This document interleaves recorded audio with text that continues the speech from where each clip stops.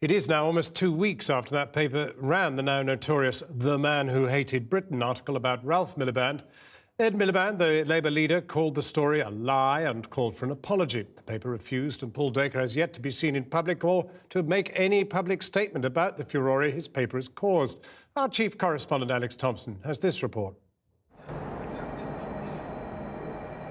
Late last night and still no sign of Mail editor Paul Dacre at his large townhouse in West London. Then, towards 11 p.m, his chauffeured car arrives. The occupants see myself and cameraman waiting, then reverse, off into the night. A short time later, a man arrives on foot and enters Paul Dacre's house. He goes up to the room on the top floor and emerges moments later with an overnight bag. Can you just stand? Would you give us a message to Mr. Dacre? We just want to get his side of the story and ask him what his message is for Ed Miliband. Could you relay that message to him? Out on the high street, the man makes a phone call before getting into the same car up another street and driving off. It seems Paul Dacre won't be home tonight after all.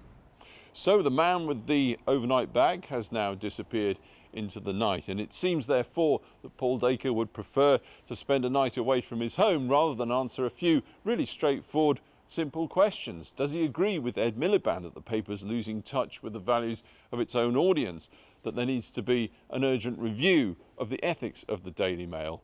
Straightforward enough stuff.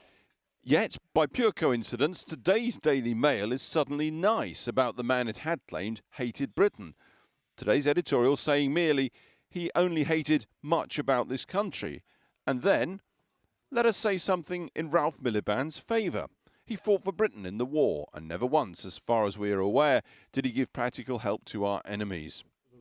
By another coincidence today, Lord Justice Leveson was before MPs, again saying that the press watchdog, for which Paul Dacre is a committee chairman, is useless. To what extent do you think the editor's code would be more likely to be enforced if the code committee were not chaired by the editor of a newspaper, which is one of the most complained about? Independent self-regulation means independent self-regulation. The industry must set up their regulator for themselves.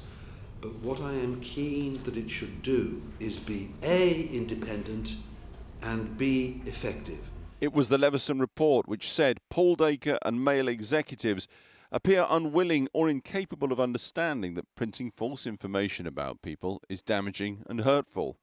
That remains the central issue between Paul Dacre and the Labour leader, and Ed Miliband has David Cameron and Nick Clegg on his side. Paul Dacre's silence only prolongs that issue, and with wider media regulation boiling up to a crisis in the UK, his silence on the wider issues gets daily more and more inexplicable.